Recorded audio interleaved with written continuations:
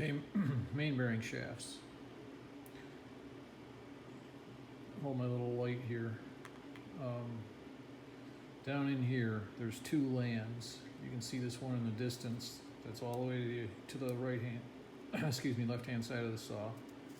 This pocket is where the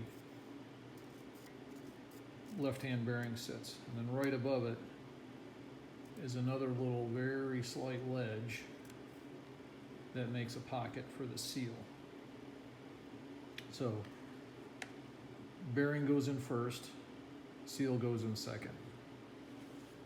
The bearing, the original bearing was packed. It was open on one side, shielded on the other, and it's grease packed. It didn't depend on the gear lube burning inside the gearbox. We're going to replace it with a permalube. And even though it doesn't require a seal, we're going to put a seal in there anyway. Brand new one, this one from Granger. It's lip seal, got a garter spring on it, and it goes in with the garter spring facing the gearbox. This keeps the gearbox oil and the bearing grease separated. Okay, bearing install. So need a little block of wood that we're gonna set this surface on, because all of this stuff is above or below this surface, and we don't want to be pounding on this old die casting. So we're looking for a piece of wood that fits like so. So all of the shock load from the garland can go into the block of wood instead of into the casting pieces. So we simply take the bearing. Once again, we just give it a little bit of lube on the outer race, just enough to help installation.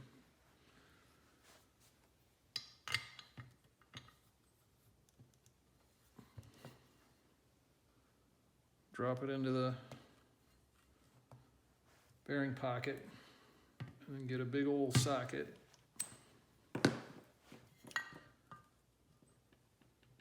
That fits to the outer race of the bearing. The garland number 1, and tap it in there. Next step is the seal.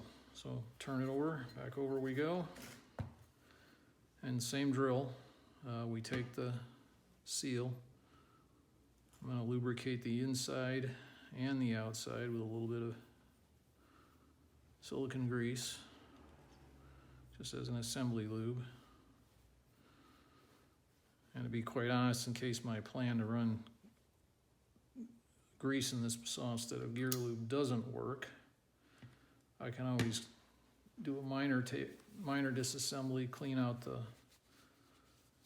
grease and replace it with gear lube, and I don't have to replace seals. So once again, big old socket that fits, do it this way. This is an open back seal. The original seal is shielded on both sides. So make sure you get a socket that fits, that pushes on this face of the seal from behind itself. So once again, get her in the right place. Again, lip inwards, garter spring inward. Garland number 1. Sorry, Joe. And she's home. Okay, reinstalling the main shaft. So we're gonna make a gasket for this surface here. It's originally had a paper gasket on it, and this one's actually not in too bad a shape, but again, if I have to revert from my grease plan, I'm gonna wanna not take this thing apart to change it back to gear lube. So first step is acetone, and I just take a Q-tip moistened with acetone and clean the surface. take the other end of the Q-tip and clean its mating surface. Okay, making the gasket with RTV. It's just Blue RTV Automotive gasket maker. After unclogging your petrified wad of RTV in the nozzle and getting it to flow again, it's pretty simple. You just lay a bead on this surface very carefully and try to be as neat as you can. And I like to start at the top or near the top. Make sure you're covered. Okay. Now comes the hard part. You gotta wait. Just wait 10 minutes for this to skin over. And just sit up a little bit. Don't touch it. Don't try to dress it up. Just let it sit. While that's sitting, I'm going to put an even finer bead around this surface so we get an RTV to RTV joint. And again, let it sit. Go have a cup of postum. Just relax for 10-15 minutes and let it set up. I'll do that off camera. Okay, there you go. So, bead of RTV around the outside. Make sure you get it up in the corner, but try and keep it off of this surface and keep any from getting inside the saw. You don't want a wad of RTV floating around in your gear train. And RTV is one of those things in life like drywall dust and blood, it just gets everywhere. So okay, while the RTV is curing, I'm going to install the inner bearing and seal retainer. That's this thing. Just drop it in the hole. Now you obviously can do this before you put the RTV on, but my Irish nature won't let me sit still, so I do it at the same time. So just drop it in there. My teeny weeny little screwdriver, or screws on my magnetized screwdriver, and then gingerly screw them in. And again, watch the torque. You don't need a ton of torque. Just don't reef anything down. Just snug it up, and that's all you need.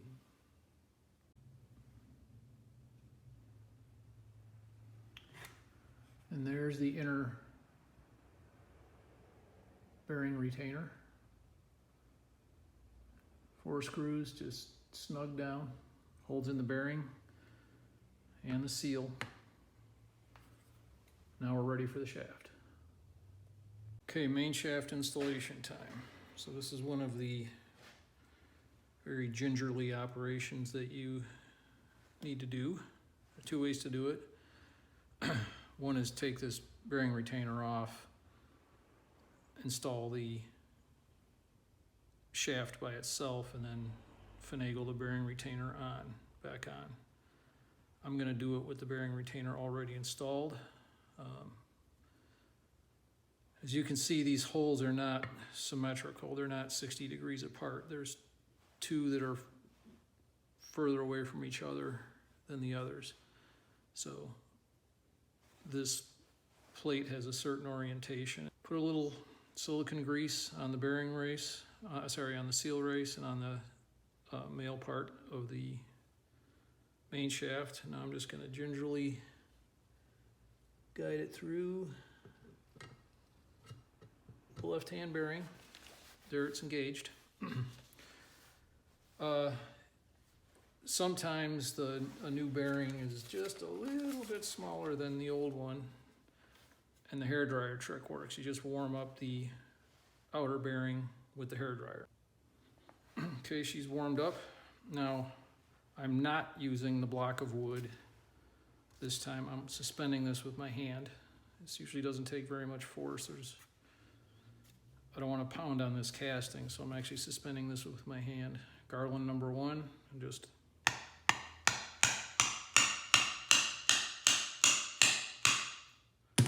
and then when the bearing retainer gets close, I'm going to steer it a little bit so the screw holes are more or less aligned, because I don't want to interrupt. I want to interrupt that RTV as little as possible. So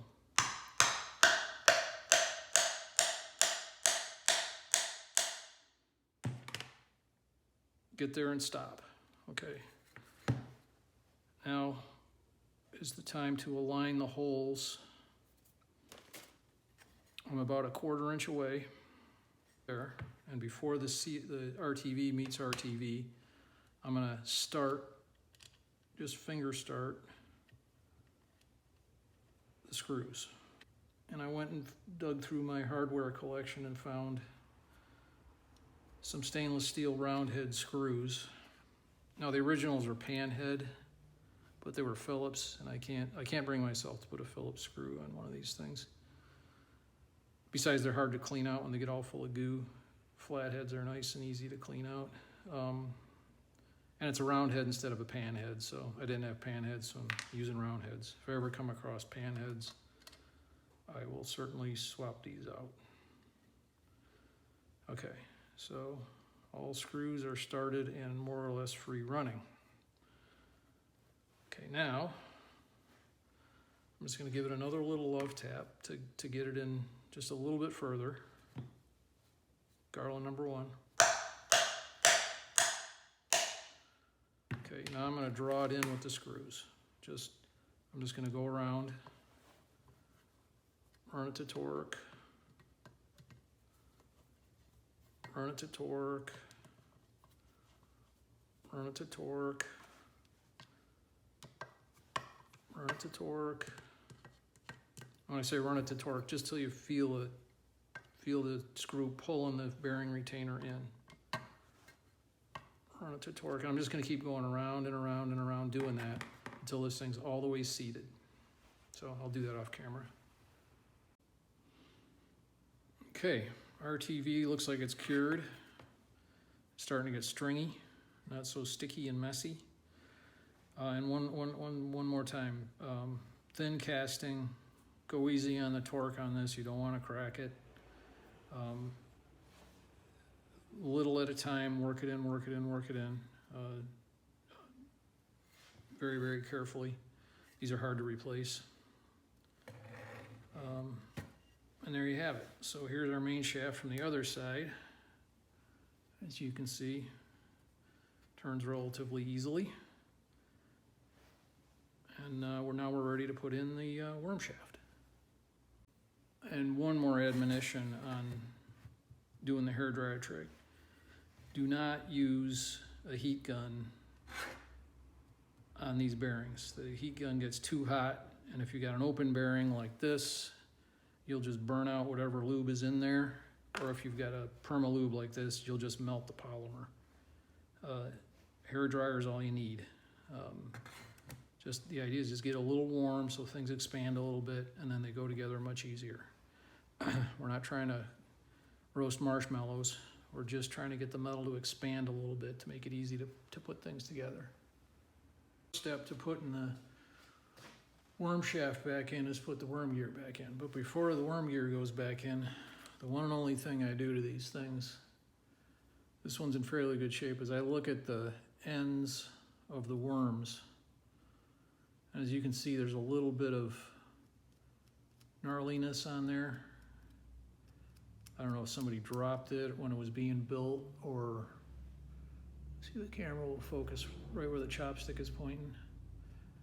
And this one here on the other end's got a little divot in it. Well, it runs on that bronze sector gear, so you don't want it to tear up the sector gear. This is hardened steel, so you don't want to.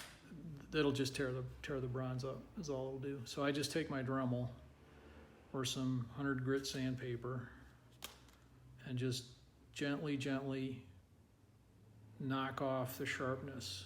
If I have to, I'll get out a file, a jeweler's file, and touch it up a little bit, but just knock the little sharpness off at the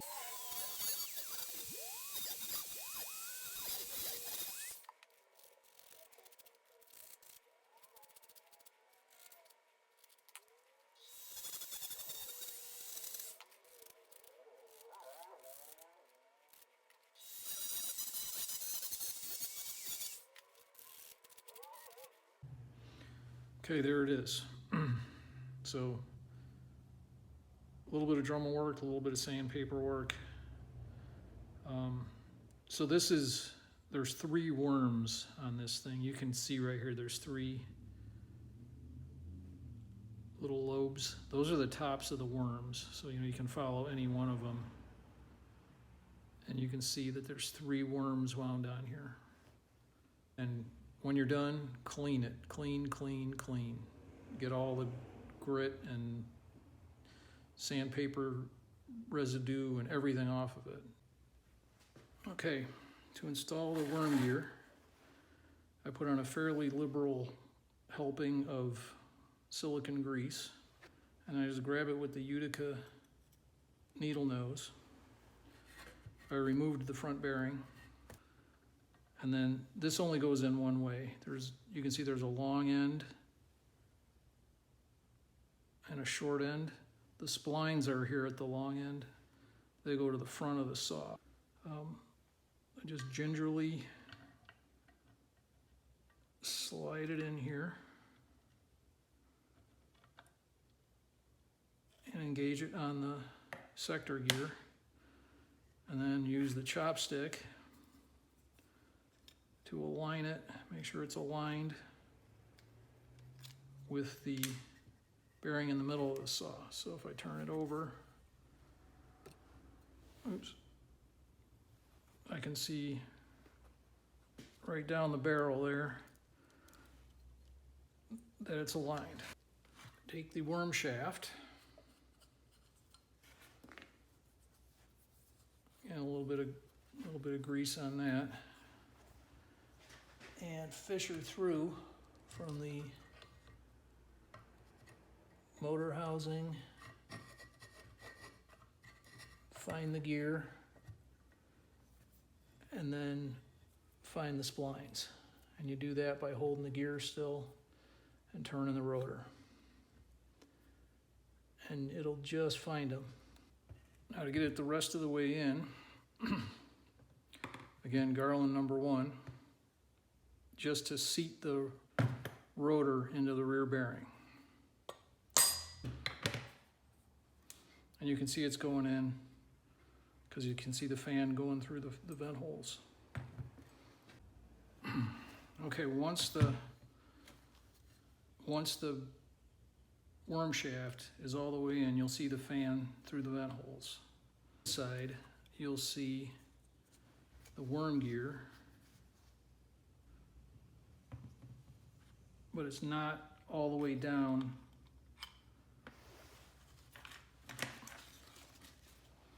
It's not all the way down on that inner seal race. So I put the blade arbor on, and what I'm going to do now, I'll leave this light here just in case you can see what this is a two-handed operation.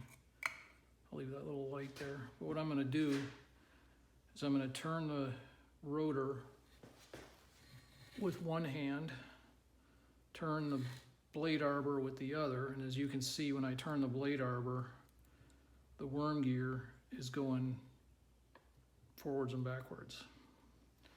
And then I'm going to turn the rotor shaft to engage the splines, and if it doesn't work, I'll push it out by turning the blade arbor.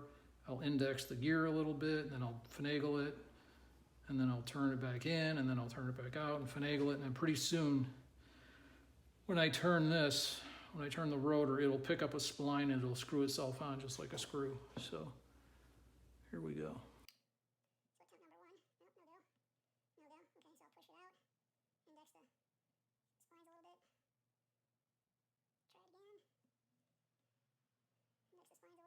There it goes. Okay, so now when I turn the rotor, you can see, there it goes. Now you can see it's engaged.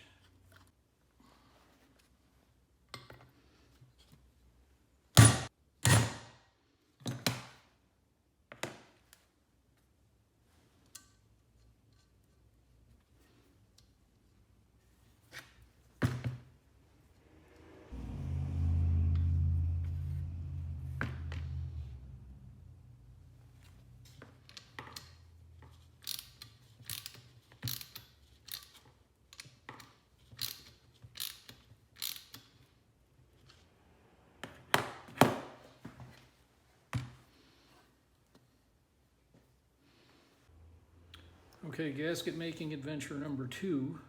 The inspection cover or expansion chamber cover or gearbox cover, or whatever you want to call it. I ran another C bead of RTV along the cast housing and on the steel cover plate. Go inside of the screws. You want to seal inside of the screws. Get it on there as, you know, just a very fine beads, all you need. Doesn't need to be super neat, obviously. And then just let it sit. Don't try to dress it up. Don't try to adjust it. Just let it sit. About 10-15 minutes. While we're waiting for the RTV to dry, you can see the main shaft is in. The rotor shaft is in, rotor/worm shaft now, because now there's a worm gear on it. And it turns nice and freely. I'm just, you know, barely any torque here. And you can see the worm action. So let's do a little experiment while we're waiting for the RTV to dry. Let's count revolutions. So I'm gonna mark the top of this. I'm gonna mark this. I'm gonna start turning the rotor.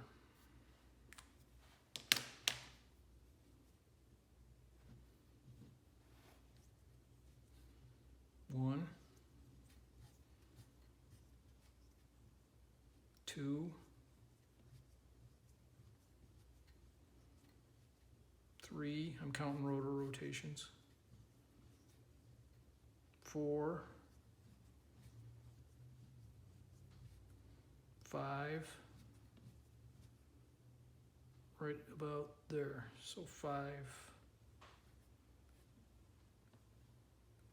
Call it 5 3/4 rotor turns to 1 main shaft turn. So a 5 3/4, 5.5 to 1 gear ratio. So for every 5 turns the motor turns, the blade turns 1 rev. That means torque.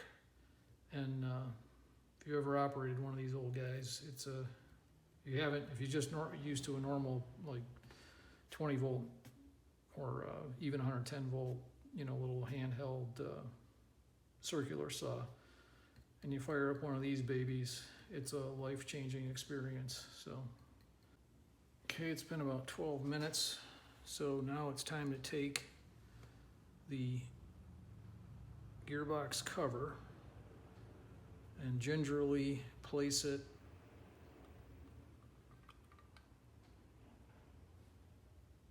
where it goes. Get as close as you can, don't mess the RTV too much, and just finger tight the screws.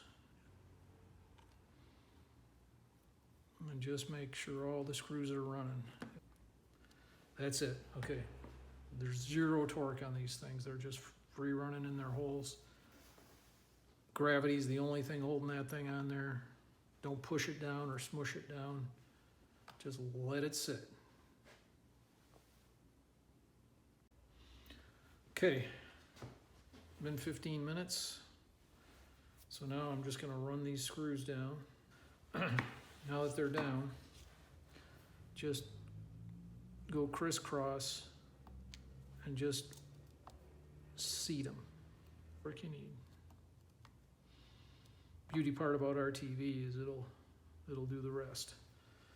Okay, if you want to clean it up, just wait a few hours, wait overnight, and then just take a razor blade, same for the other side, and just trim off the excess that's sticking out if you want to neaten it up, which I will probably do. And there you have it. So the gearbox is now closed up. The saw turns very freely. We can still see the worm gear inside. We're ready to put on the motor.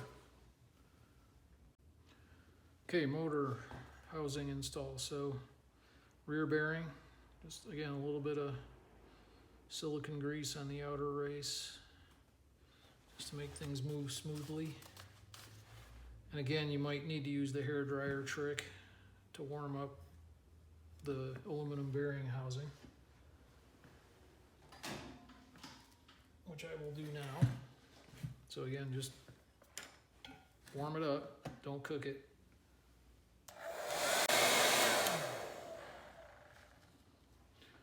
Okay.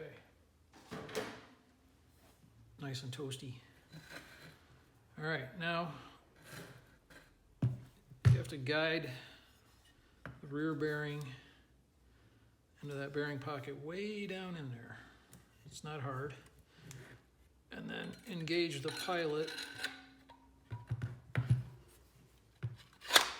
where the two halves of the saw come together. Okay, so once you get her like so, the two halves of the saw together, it just helps to align things a little bit, make sure that you're not forcing things any more than you have to, and it'll keep it from getting misaligned. Okay, so sticking through, so you got full bite. Now, another screw, 180 degrees from it.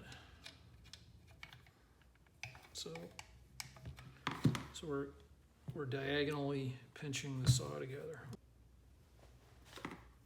Okay, now that you got two screws in it, just run them down and then go back and forth, and you'll see the pilot machine that's machined into the motor housing and the gearbox engaging, and you'll close the gap. There, see? I don't know if you heard it, but it popped. Now the gap is closed there, so now the pilot is engaged. Now the pilot's engaged. Okay, there you go.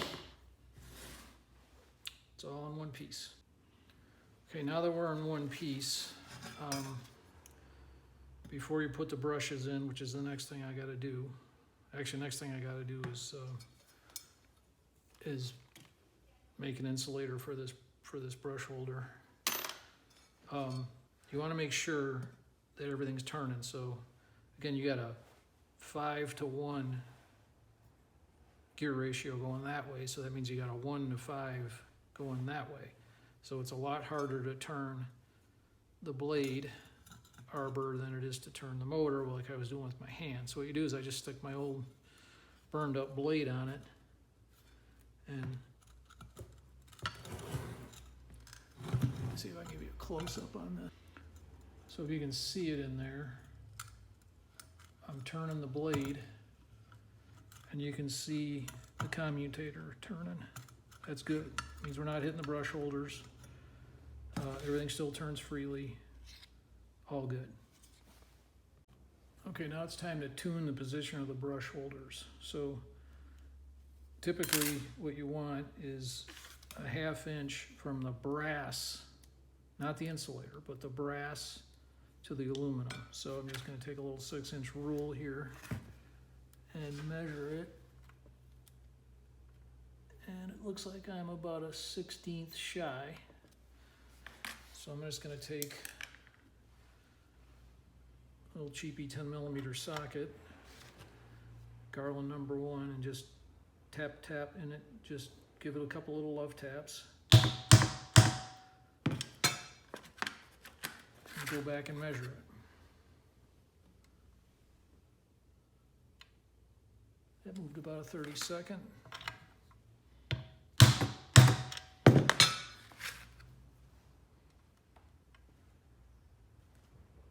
Perfect, 1/2 inch.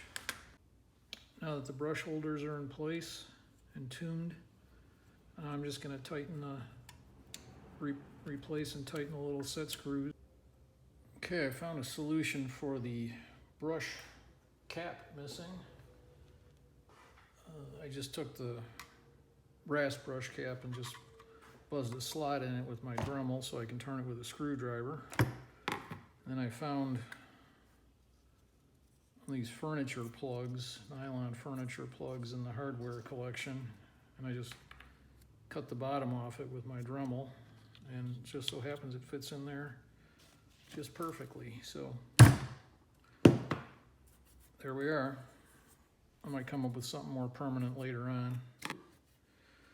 At this point, I usually like to see that, make sure that I've got a running saw before I get too much further into the build. So it's time to test it. Okay, time for a test. So let me explain the test setup here. So I've got a cord, just a cord from an old tool, plugged into a plug strip with a switch on it, and then I've got positive and negative, or neutral and power, whatever you want to call it, hooked up to the two switch leads, and I've got the switch leads restrained so they can't touch each other. And I'm going to turn on the plug strip, and we'll see the saw arbor and the little diamond drive dog turning clockwise. And if we did this all right, as soon as I turn that switch on, she'll start turning. And I'm going to hang on to it with one hand and turn the switch on with the other, because, as I said before, these things have some serious torque, and you don't want to be turning it on when it's not nailed down. So here it goes. There you are, baby. So I like to do that at this point to make sure everything's working. There's no grinding or binding. Everything just works. Okay, so the rest of this is fun and easy. Now we're just putting on hardware parts, and things get really simple and it starts to come together. So while I got this here, you can see the fan exhaust into the dust chute, into the blower chute. So air comes out of the fan exhaust through the blower chute and out in front of the cut. So, okay, now the rest of it's just dressing it up.